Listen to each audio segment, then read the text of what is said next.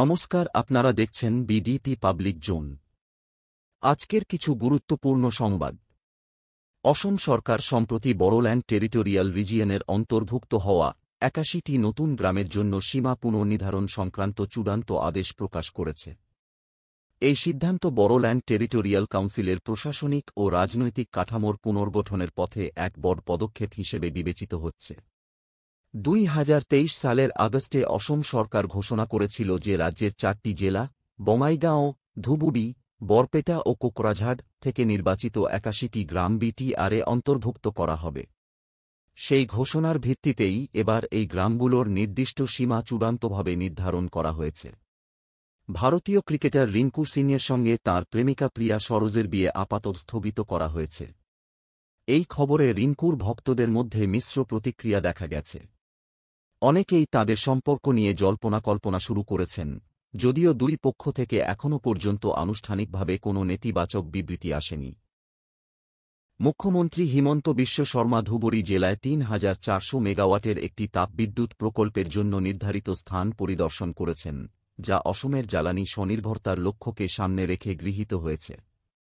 অসম তাপবিদ্যুৎ উৎপাদন প্রকল্প উন্নয়ন নীতি ২০২৫-এর প্রেক্ষিতে এই প্রকল্পটি গঠিত হয়েছে, যার লক্ষ্য হল ক্রমবর্ধমান জ্বালানির চাহিদা পূরণ করা এবং কর্মসংস্থানের সুযোগ সৃষ্টি করা।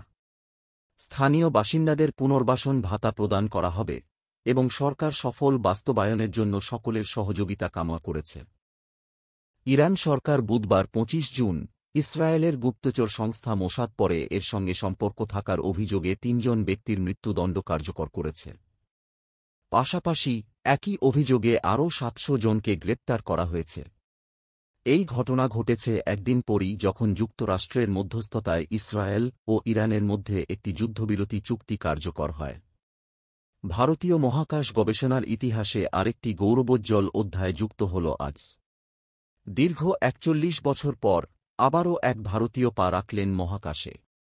তিনি হলেন শুভাংশু শুক্লা, যিনি ভারতের হয়ে মহাকাশে যাত্রা করা দ্বিতীয় ব্যক্তি।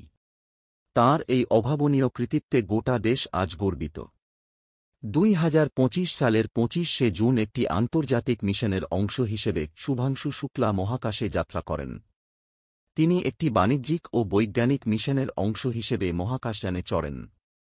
এই মিশনটি পরিচালিত হয় আমেরিকার একটি প্রাইভেট স্পেস কোম্পানির সহযোগিতায়, যার সঙ্গে ভারতীয় মহাকাশ গবেষণা সংস্থা ও অন্যান্য আন্তর্জাতিক সংস্থা যুক্ত আছে।